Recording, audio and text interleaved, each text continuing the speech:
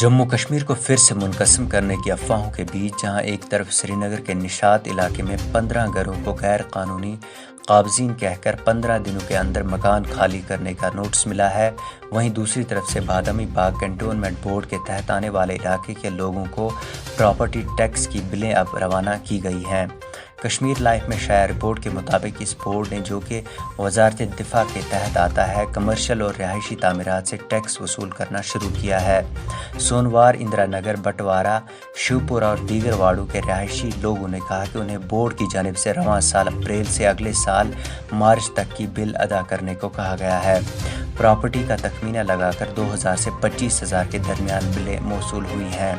مقامی لوگوں نے کہا کہ جموں کشمیر میں کسی بھی جگہ پراپرٹی ٹیکس ادا نہیں ہوتا، یہ انہیں 370 کے خاتمے کا تحفہ ملا ہے۔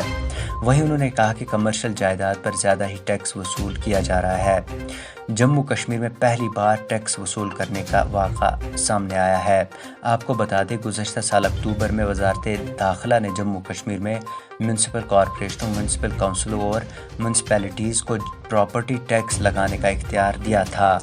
تاہم اس پر سیاسی و سماجی جماعتوں کی جانب سے شدید تنقید کے بعد منوج سنہا نے ایک بیان میں کہا تھا کہ جموں کشمیر میں ایسا کوئی منصوبہ پراپرٹی ٹیکس کا نہیں ہے۔ تاہم انہوں نے کہا کہ اگر منتخب نمائندے عوامی سہولیات کی فراہمی کے لیے لوگوں کو اعتماد میں لے کر ایسا کوئی فیصلہ لیتے ہیں تو مجھے کوئی اعتراض نہیں۔ اور رواں سال فروری میں جموں کشمیر حکومت کی جانب سے باضابطہ حکم نامے کے تحت بلدیاتی اداروں اور میونسپلٹی کمیٹیوں کو مکانات اور اراضی پر ٹیکس وصول کرنے کو کہا گیا۔ Bureau report, AIN Urdu.